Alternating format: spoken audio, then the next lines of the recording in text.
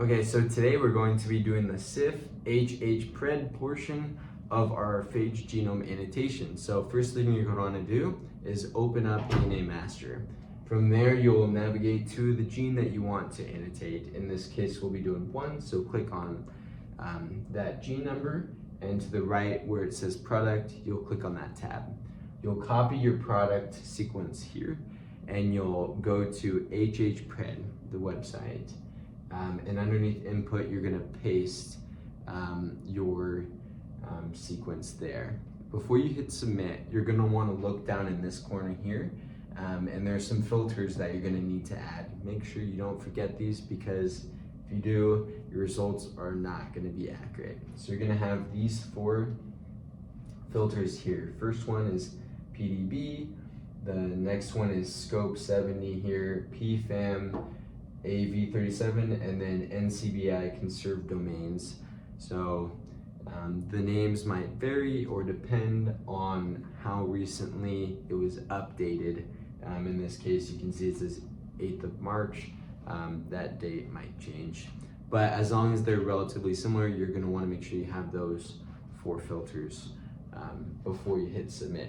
So now we're gonna hit submit, and this might pop up and you're just gonna click start job anyway. Now you can pack up your bags and go home, because this is gonna take a long time. We call it HHPred because it's a pretty slow system, but we preloaded the results for you.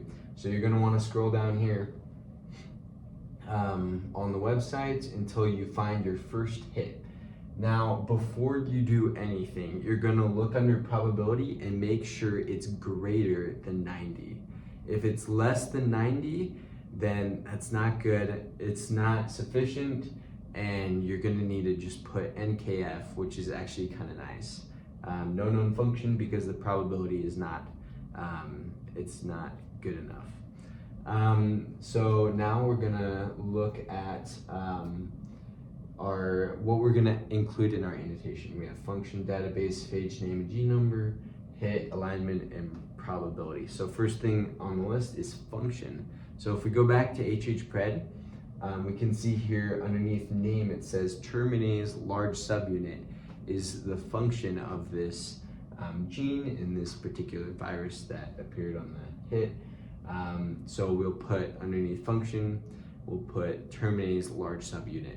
And this is perfect because terminase large subunit shows up in the C-Phages website under the official approved gene function list. The link is actually in the description, so you can look at that. But terminase large subunit will be the function of this gene under SIF-HHPred. So from there, we're going to be looking at phage name. We're actually going to be looking at database, and then phage name and gene number.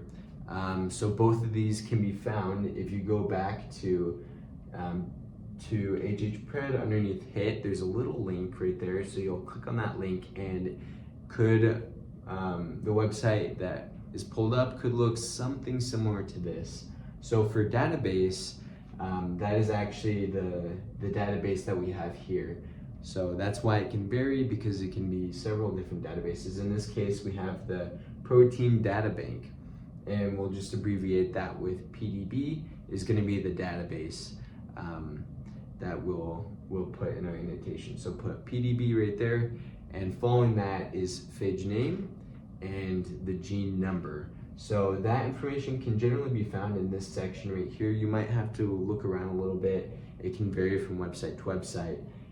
But here underneath classification, it says organisms, and you can see it says virinovirus HK97. That's the name of the virus that was pulled up here under this hit.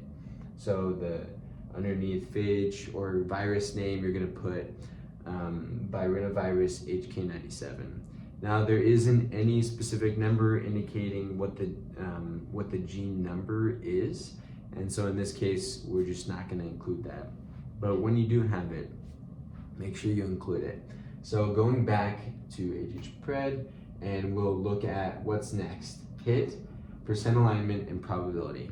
So going back to HHPred, looking at the hit, it's just that link that we clicked on, so you'll want to copy that and paste that in your annotation. Following that, we have percent alignment. Now this is where it gets a little tricky, so pay close attention.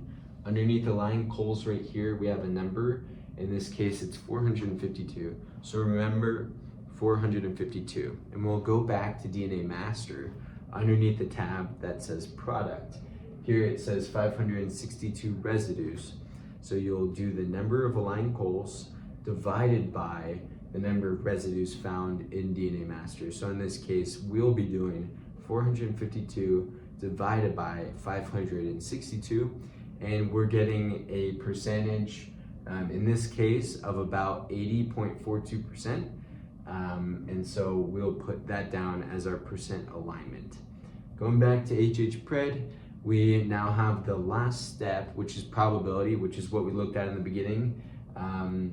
And it's 100%, which is 100% good. It's what we want. So that will be your probability in your annotation. Thank you.